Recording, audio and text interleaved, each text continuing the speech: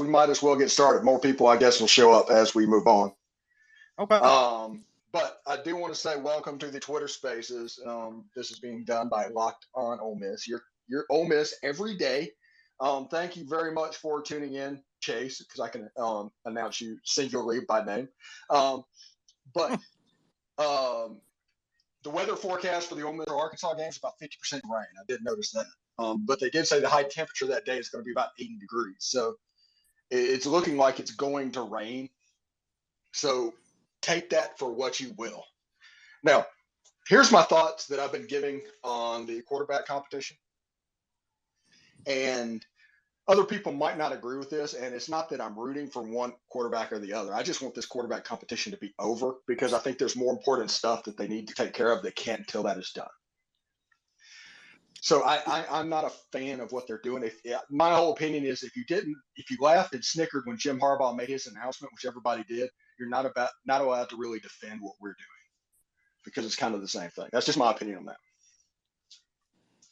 Yeah, I think it's exactly the same thing, and I was one that kind of laughed and snickered at it, but at the same time, it just kind of tells you nobody's really taking control of this job, which is kind of disappointing, somebody to win it outside of having the coach come out and just name somebody. But, after this weekend, maybe we'll have a clear idea. We've talked about it a good bit. You have to have this settled and in place and kind of have things rolling almost on all cylinders by the time Kentucky rolls into town. That's the first big step for us. Yeah. And do you have any thoughts on this, Chase? Yeah, I'm not really. I'm not pulling for either guy in particular. I just want the best man to win the job. But I've got a question, Stephen. Okay. What do you think? I kind of see possibly what may happen is Dart's going to get a little bit more PT than what Altmaier did in that first game. What do you think about that? I could see Altmaier going the first half and then Dart coming on the end early there in the third quarter. I tend to agree with that because I think – now, I do not know any sourcing or no reporting or anything like this. Whenever I look at it, this is what it looks like to me. Lane Kiffin is trying to do right by Luke Altmaier. He wants him to have the tape. So if he gets out of here in December, which if he loses the job, he will, there will at least be some tape of him playing early in the season against Central Arkansas that could help him out. I think he wants to do right by it. I think Jackson Dart is going to end up getting a job. I'm not rooting for Jackson Dart. I could be totally wrong. But it all goes down to, like, in the preseason, I never heard one story saying that Luke Altmaier could win the job. Nobody talked like that. It's almost to the point where if Luke Altmaier does win the job, you just can't believe anything that you're hearing in fall camp. I mean, that's where we're at right now. Yeah, I kind of agree with you there, Stephen. If you listen to Lane and all that, I went back and watched the game yesterday, I think it was, and I didn't realize that this plan was already in place before the Troy game actually started. They were actually talking about it before kickoff on the broadcast and all. So, it does kind of have that feel to it. But I'm like you. I think Dart is the one that's going to end up coming away with it. Kind of going back to what Chase was asking about if Dart will play more or not. One part of Kiffin's press conference that kind of explained a little bit of that was the fact that, in the second half, he talked about he wanted to establish the passing game with Dart in there and all since they had the lead. And then with Altmaier, he wanted to get him more drives, but then you had that pick by Jackson Dart, and he talked about how he's so big on the psyche of the quarterback, didn't want the last play to be an interception. And so he ran him back out there again. And then Luke's first drive, got lost on the fumbled snap at the very beginning there. So he did say that he wanted to get him more series. He just wasn't able to Saturday. Yeah, I think that Jackson Dart may be someone that's just a little bit too hard on himself sometimes. After he threw the option, like 2 or 3 passes later, was the really bad overthrow on third down.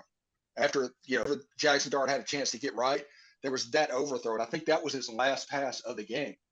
And I think he gets into his own head a little bit. He kind of needs that mentality of a cornerback to where it just flows out of his mind.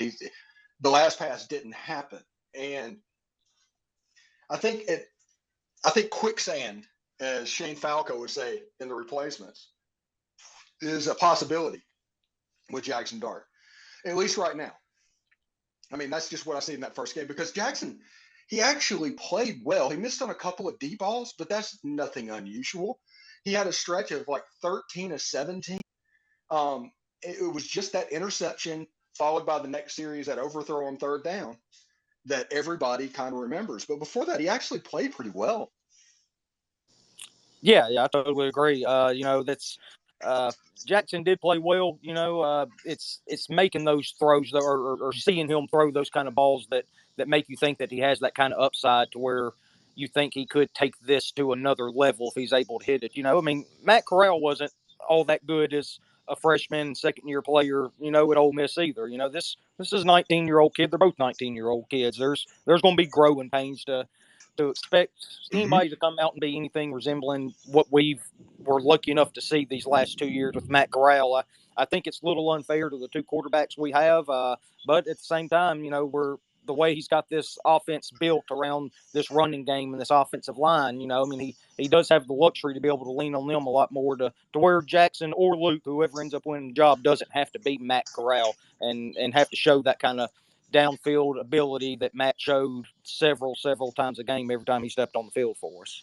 But it's also, people need to remember, Matt Corral's first start, he went 9 of 19 and lost to Memphis. Yeah. And the following year was the Cal game, right? Wasn't that the first game? That year was the Cal game. When he got hurt. Yeah. That was the first game of that season. So 3 games later, he got hurt, and John Rice Plumlee came in and took that over. But one start is not indicative of what somebody can be. That's kind of my point. Yeah. I do think that Luke Altmaier is going to get a shot. I talked to Mike Espy and Bill Flowers on the post-game show this past weekend, right after the Troy game, and they said they didn't think Luke Altmaier was going to get a fair shot. And when former players start talking about all the politics involved with players, my ears perk up. I listen because I've been in that hallway, and they think this competition has been decided, and they don't agree necessarily with this happening because they think that Jackson Dart getting those reps against Central Arkansas would help him more than a faux competition because they don't necessarily believe it is. Now, I don't know if I am there, but whenever they say politics and the whole thing of needing a 5-star Gatorade National Player of the Year to play for future transfers, if you want to be the transfer to the SIP person, Jackson Dart almost has to win this job, or else Jackson Dart made a mistake by coming here, which will hurt the brand of transfer to the SIP. I agree 100% with you. I think there's a lot of pressure on Dart to win this job for that reason. High-profile transfer comes in, and if he loses the job, that could hurt the program as far as transfers are concerned down the road.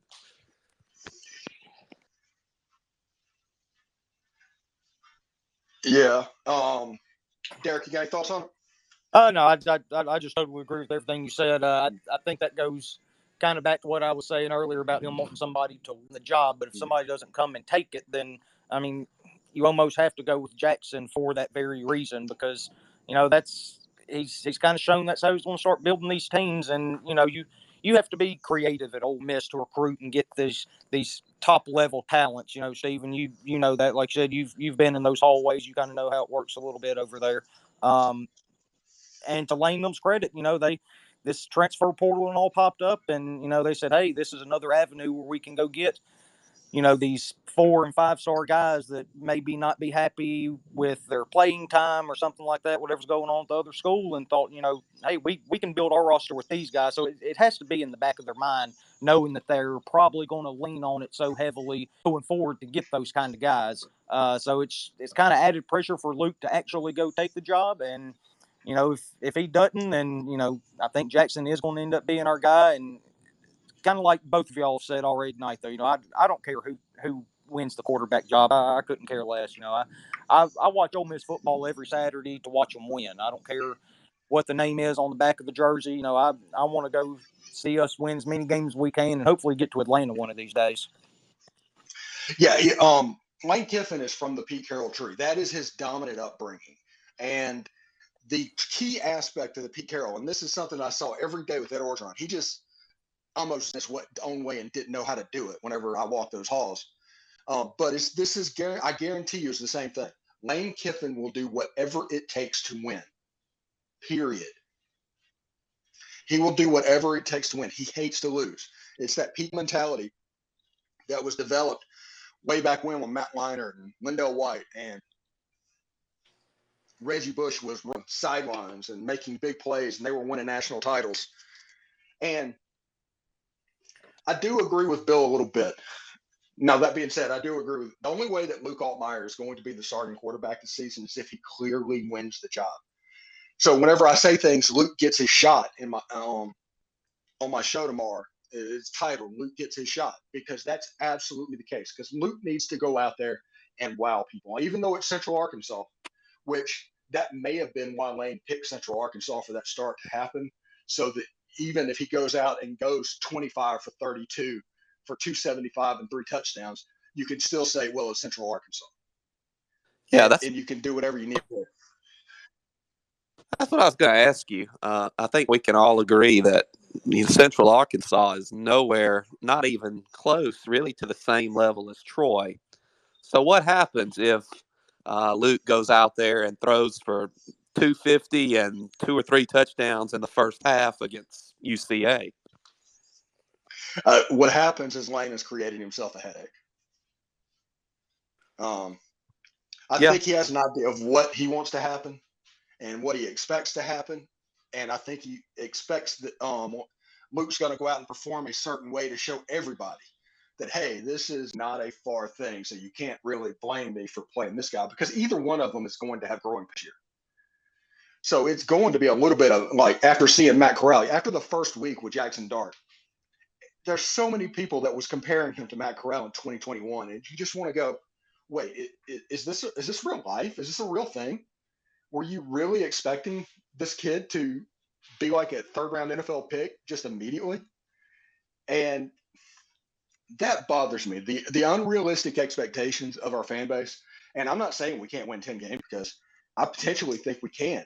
But to do that, you need an A.J. McCarron at quarterback. You don't need a Matt Corral. You need a Greg McElroy back there. And as long as they don't do silly things that can get you beat, Zach Evans and Quinshon Judkins, those monsters in the backfield, are going to be able to do their thing. Yeah, I couldn't agree more, Stephen. This, kind of like we talked about earlier, and it's going to look a lot different. Doesn't mean the results can't be the same as far as wins and losses go, but everybody's just gotten so spoiled on the way that it's looked the past couple of years. And it's this year, if we're going to get to where we want to go, we just got to make sure we don't turn the ball over. That's what the quarterback can't do. Don't turn the ball over, and just feed that 3-headed monster you got back there in the backfield. Because I'm telling you, that's a really, really special group we got back there this year. Mm-hmm. We have excellent wide receivers, tight ends. Honestly, Ole Miss is in a position this year that Texas A&M was last year. 21 out of 22 positions are exactly where you want it to be, and it's going to come down to that quarterback position. Haynes King got injured last year for A&M, and they had to put in Calzada, who is, good grief, like 3rd string at Auburn right now. And things kind of fell apart, but they were still good enough to go 8-4. If we get any kind of production out of the quarterback position, you have a chance to have a special season, and they would honestly deserve it. I mean, they have a chance to be really good. Yeah, they really do. And, kind of transition off the quarterback real quick, kind of one reason we can be really good is how good this defense can be, the infusion of talent. You talked about it all off season, the differences in how many 4-stars we've brought in from last year to this year. They've really, really built up that defense and brought in a lot of talent there. And, there was a lot of guys that looked really good Saturday on that side of the ball. Yeah, and they could legitimately throw up a fin. You remember back in 2018, whenever they almost did it sarcastically? It's like a 42-10 game against them. Yeah. And somebody makes a tackle for a loss, they throw up a fin. You're like, no, don't do that. Yeah. But then against Troy, you got genuinely excited by it. Yeah. Because it felt like they earned it. They deserved it a little bit. And I'm pretty excited about what this defense can be. I was looking at it, and one thing I noticed is we have like a double hybrid defense. I know. And it's really interesting to look at. But they go between 3-2-6, a 3-3-5, and a 4-2-5, depending on where Corey Coleman and Otis Reese play. Mm-hmm. And Otis can do that because he's 220 pounds. Corey can do that because he's got defensive end. He's learned some tricks of the trade. Mm-hmm. And that right there means you can have the same personnel group and just confuse the hell out of the opposing quarterback because they don't know what's coming. They don't know where Corey Coleman's going to line up and what he's going to do. Like you could 3-2-6 and drop 8, and they sit here do it from a look where it's a 4-2-5 and you just don't expect it. It's almost like his own blitz. And offensive line can get confused, and you got quickness like J.J. McGee's, and you got Jared Ivey and Cedric Johnson, and those guys up front. There's a chance they can eat this year, man. Yeah. There's a real good chance for him. Kind of piggybacking off of your Otis Reese point. You got another one just like him in Tennyson you can throw in there that can step up. And I mean, he's a guy that just brings the wood every time he's up in the box, but he can also drop back and give you a little bit of help on the backside too if you need it. So there's a lot of different ways personnel wise where they can plug people in there. They can play multiple positions. And you can run multiple. It's like a 42-10 game against them. Yeah. And somebody makes a tackle for a loss, they throw up a pin. You're like, no, don't do that. Yeah. But then against Troy, you got genuinely excited by it. Yeah. Because it felt like they earned it. They deserved it a little bit. And I'm pretty excited about what this defense can be. I was looking at it, and one thing I noticed is we have like a double hybrid defense. I know. And it's really interesting to look at. But they go between 3-2-6, a 3-3-5, and a 4-2-5, depending on where Corey Coleman and Otis Reese play. Mm-hmm. And Otis can do that because he's 220 pounds. Corey can do that because he's got defensive end. He's learned some tricks of the trade. Mm-hmm. And that right there means you can have the same personnel group and just confuse the hell out of the opposing quarterback because they don't know what's coming. They don't know where Corey Coleman's going to line up and what he's going to do. Like you could 3-2-6 and drop 8, and they sit here do it from a look where it's a 4-2-5 and you just don't expect it. It's almost like his own blitz. And offensive line can get confused, and you got quickness like J.J. McGee's, and you got Jared Ivey and Cedric Johnson, and those guys up front. There's a chance they can eat this year, man. Yeah. There's a real good chance for him. Kind of piggybacking off of your Otis Reese point. You got another one just like him in Tennyson you can throw in there that can step up. And I mean, he's a guy that just brings the wood every time he's up in the box, but he can also drop back and give you a little bit of help on the backside too if you need it. So there's a lot of different ways personnel wise where they can plug people in there. They can play multiple positions. And you can run multiple defenses out of it. And that's kind of the big part, especially in today's college football, all the hurry up offense and stuff like that. Offenses wanting to go when you don't have time to substitute. So, you put all these big athletic guys out there that can do multiple things for you and not have to worry about substitution and getting caught in a bad matchup. Yeah, if drop 8's not working and you're in a 3-2-6 and it's just not working the way it's set up, you don't have to wait if they get into a tempo situation. You can go straight to a 4-man front. Yeah. 2 linebackers.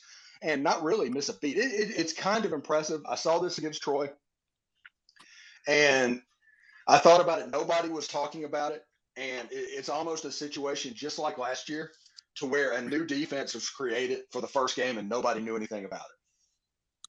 Yeah, it was one of my biggest takeaways from Saturday is how impressed I was with the defense and all the different guys they have that they can throw in there to play multiple positions for us, play multiple defenses. It's going to be a real big luxury when we get into SEC play. And Austin Keys and Troy Brown back there, linebacker, and you end up losing 2 NFL guys with Chance Campbell and Mark Robinson. And, those guys stepped up and they played awfully well Saturday for us. Yeah. And then you had Corey Coleman, you had Ashanti Seastrong. Yeah. And those guys, and all of a sudden there's some depth at linebacker. And you heard all offseason how the problem spot for the Ole Miss team could be the linebacker position. And that appears defensively to be not necessarily a weak point. Now, I say this, Troy is not a very good offensive team. No, they're not. They are not good at running the football. They tried, God bless them. Yeah. But they had 60 yards rushing the football, and that was by trying to run the football. Whenever they fell way behind and had to air raid, they were trying stuff out on defense just like the offense was on the other side, because that game was over. It was never in doubt. It was never uncomfortable. No. That's The why same you things. have to play. It did. Yeah. The same thing's going to happen against UCA. Yeah. Or else we're having a different conversation. Oh Lord, yeah, we are.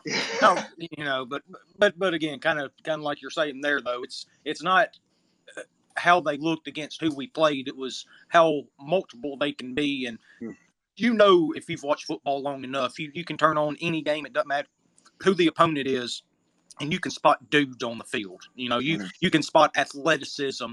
I mean, some guys look like they're just shot out of a cannon coming off the line. Those are things you can spot regardless who the opponent is, and that stuff that you saw Saturday. That you saw a little bit of it last year with some of the guys they brought in, but it's been a while since we've had dudes like that on that side of the ball. Yeah, and you have Isheem Young and Tysheem Johnson on the back. They're playing those two back safeties, and Tysheem had 12 tackles Saturday and looked extremely impressive doing it. But their emergence allowed Otis Reese to go into a box safety, him on one side, Tennis on the other, and just you have AJ Finley and Isheem and Tysheem back deep, and all of a sudden the back part of that defense is unbelievably solid. Oh, it's an absolute bear. I'm glad you brought up AJ Finley. That's where I was going next. He outside of Campbell and Robinson might have been our best defensive player last year. He's really come along, become a really good player for us. And but we've sat here and named 4 quote unquote safeties before we ever talked about him tonight. That's the kind of stuff you need in this league. And they're absolutely loaded on the back end. Yeah, and Miles Battle got his interception for the second straight game, because if you remember correctly, he had an unbelievable pick in the Sugar Bowl as well. Yeah, and Dave Sneegmanuson had a great debut. I saw DeAndre Prince. Yeah, they played a lot of people. Stud. Yeah, they played a lot of people, and Lane treated it almost like an NFL preseason game. And I harped on this for a month, that we only had 2 real scrimmages, to where you can look at people and make decisions. And whenever I was working, I think there was one year we had 5.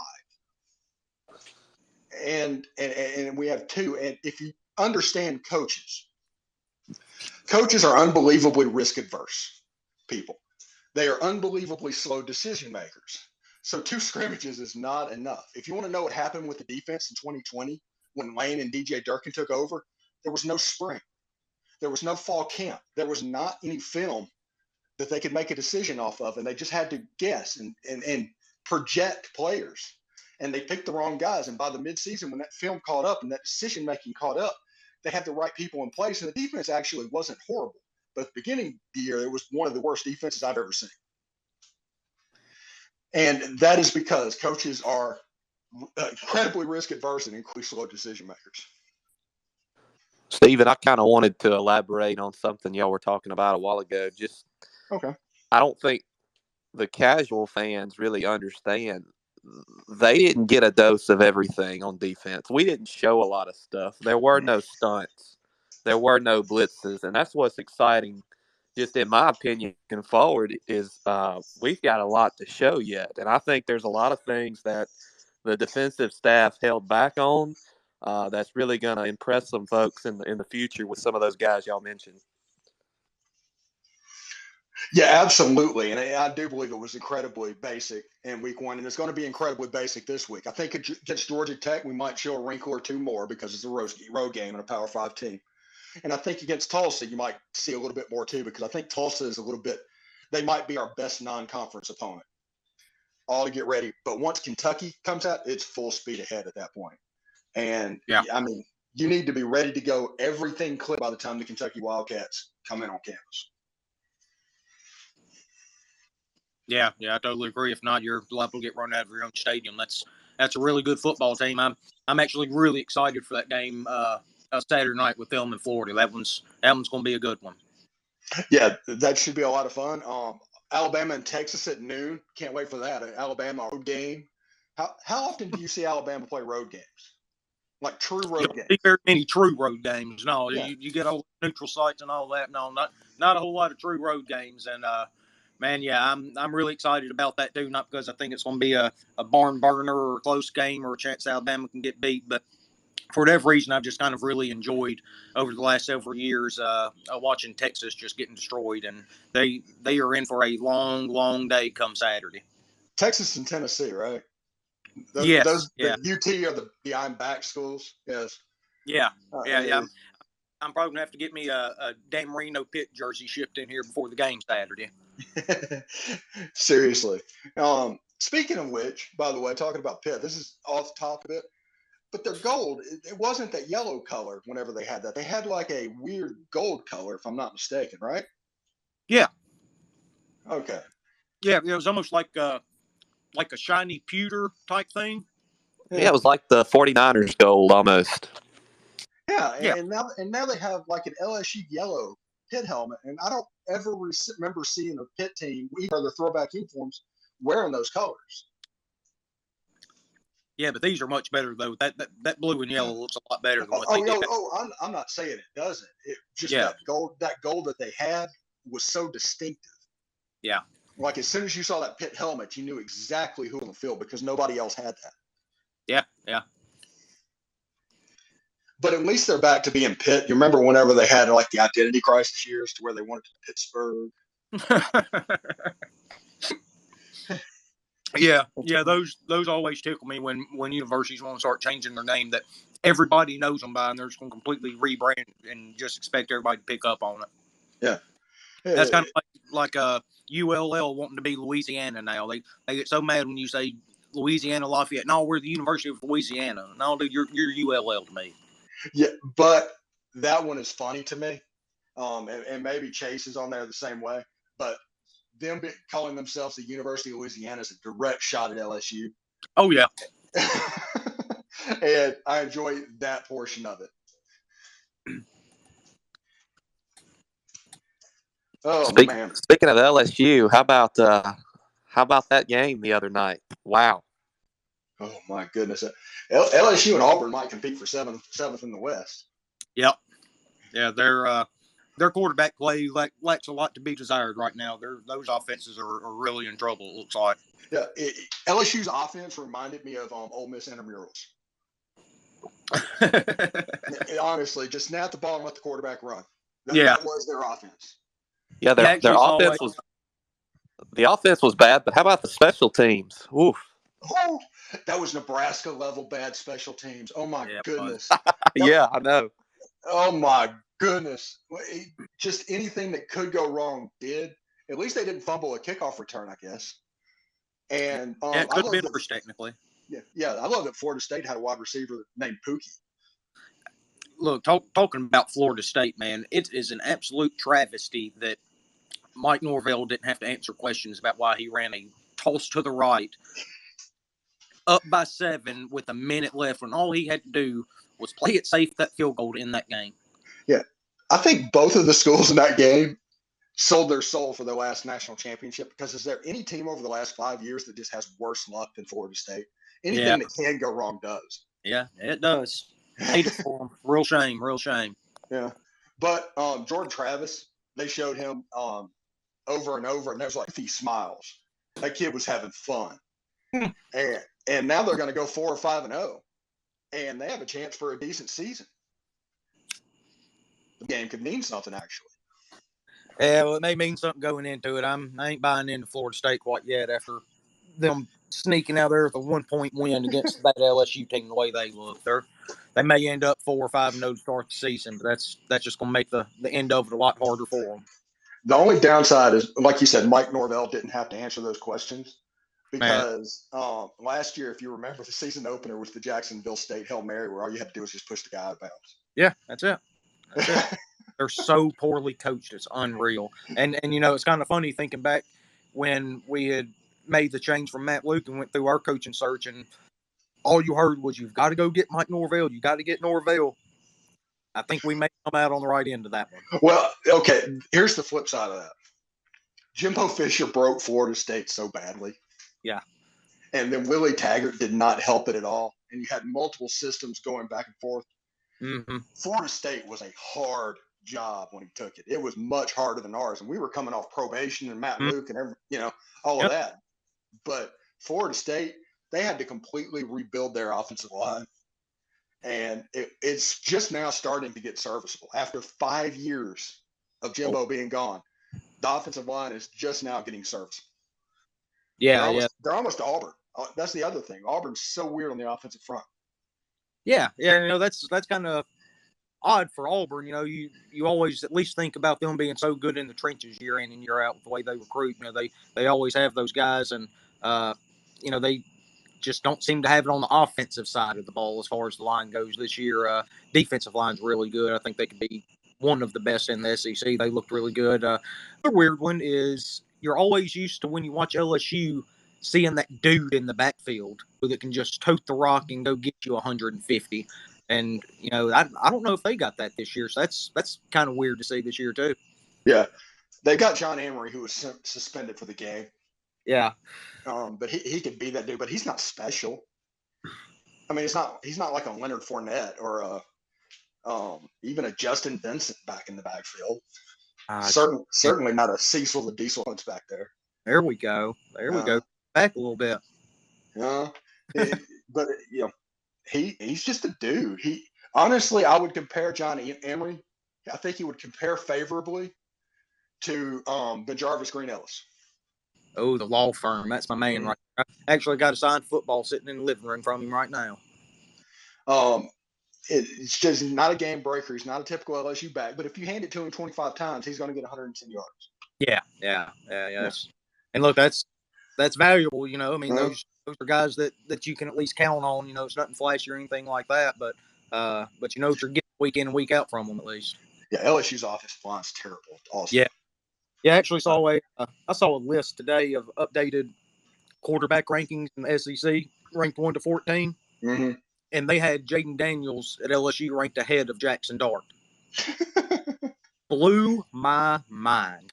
A lot of that is just public perception. It's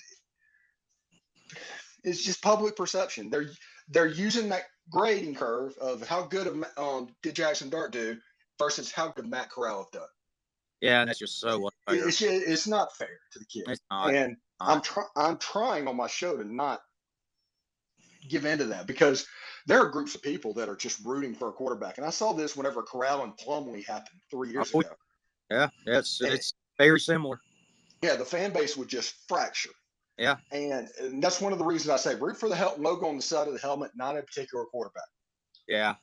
But, if it whenever it gets settled, if they win games, then the fan base will come around to whoever's winning the games, just like they did with Matt Corral, But I just can't stress enough to people, and I tell it to anybody that I talk to, is you're not seeing Matt Corral out on that field this year.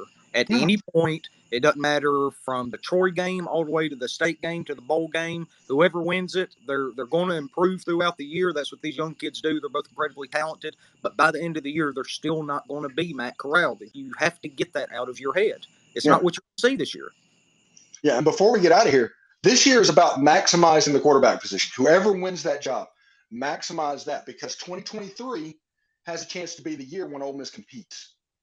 Yeah, we could be really, really good next year if you get that jump that you always see with these young quarterbacks, and so yeah, I totally agree. 2023 could be a really special year for us, and you never know if we end up getting the right quarterback in place this year, and we run the offense the way that Lane knows that he needs to run it this year.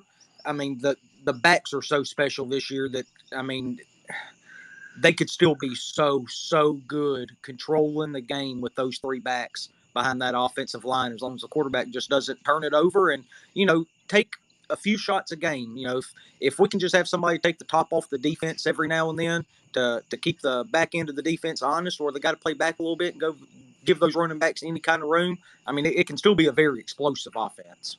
Yeah, got to hit those deep balls or else the safeties are going to sink down and those RPOs behind the linebackers aren't going to be there. Yeah. Anyway, thank you, Chase, by the way. We'll name you by name for stopping by our space.